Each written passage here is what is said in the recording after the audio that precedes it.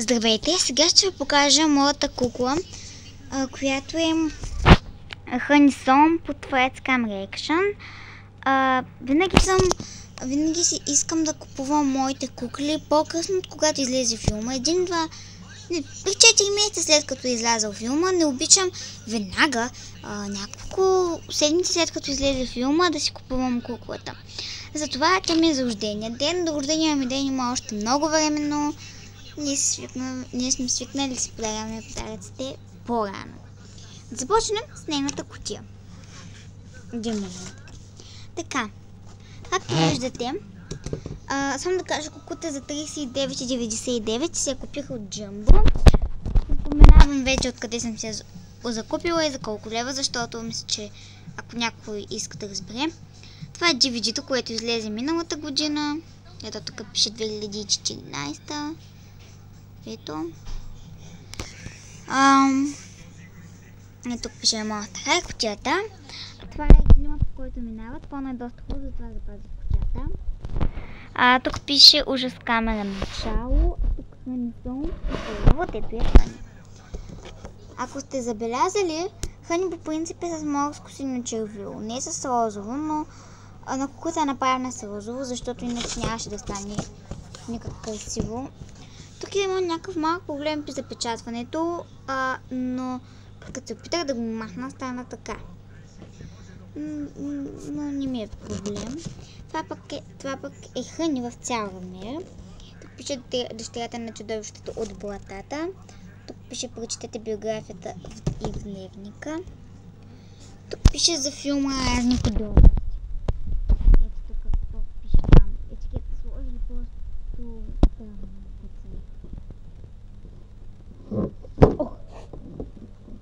Така. Искам нещо да ви покажа. В един момент вие може да видите куклата, ако искате да видите гнима и... Както отворите кутията, ето тук. Да.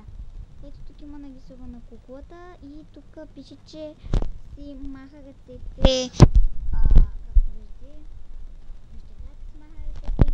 Наистина е така. Не знам да слите на други кукли така, няма да експериментирам върху другите кукли, но за сега е това. От кутията е това. Така. Да започнем с куклата. По-скоро с нейните аксесуари. Нейните аксесуари са това дневниче, в което пише биографията и най-отзаде на български. Няма да ви го чета сега.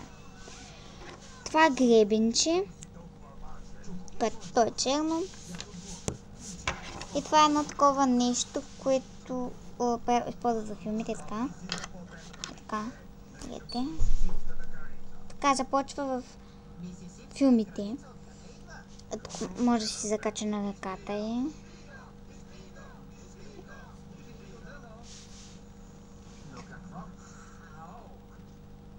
Ето. Така. И да продължим с куклата.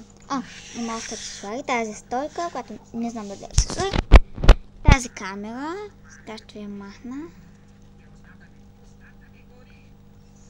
Това е нейната камера, с която снима и във филма. Ето тук това са... Ето, това пак се закача на нейната ръка. Да продължим с куклата. Така. Тя има много интересна прическа, много бухнала. И тук бетона е захвана с една диадемка. Диадемата не може да се махне, защото е захваната с ластици и такива неща. Ето го нейният грим, много интересен. Както казах, че грилото е... Ако виждате, има едни зъбки. Зъбките, ако ги виждате. Един момент. Ето. Може да видите направо тук. Оп, дай ги тук. Както казах, може да се пусните. Тук има дантелка и това е нейната рокля. Това цялото е рокля, искам това да спомена. Тук има едни белези по цялото си тяло, най-със забележителни по краката. Такива белези има. Всичкото това е рокля. Тя има едно коланче. Ако махнете коланчето, ще разберете, че по принцип това цялото е рокля. И по ръцете има такива белези. Забравих да спомена, има перлени обички, като перли. Гривничка с перли. Защо не фокусираш? Не фокусира, съжалявам. И това е долната част на нейната долната част на роклята. Това е много ронливо и трябва да внимавате по-добре, ако сте малки и си играете с куклите. По-добре идете да си я купувате, ако ги размотавате насам натам, защото това много се рони и много ще ви опада.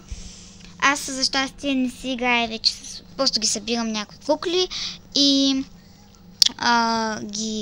не ги разнасям насам натам постоянно, затова не ми е опадала пиршината. Това са нейните обувки, както казах, има белези по краката, те най-много се забелязват. Ето ги нейните обувки, които са много готини. Много по-ярки са, отколкото ги виждате, но какво да се прави? Много хубаво, много хубав цвет има, това е като пипало, тук токчето. По принцип, ако сте гледали нейния дневник, те са нарисувани като разтапящи се, даже то се вижда. Но по принцип са като разтапящи се неща. И така.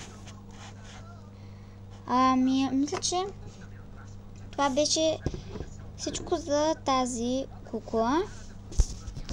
Надявам се тя да ви е харесала. Ако е така, дайте палеца нагоре. И също може да се абонирате за каналът ми, да гледате другите ми клипове и да коментирате. Чао!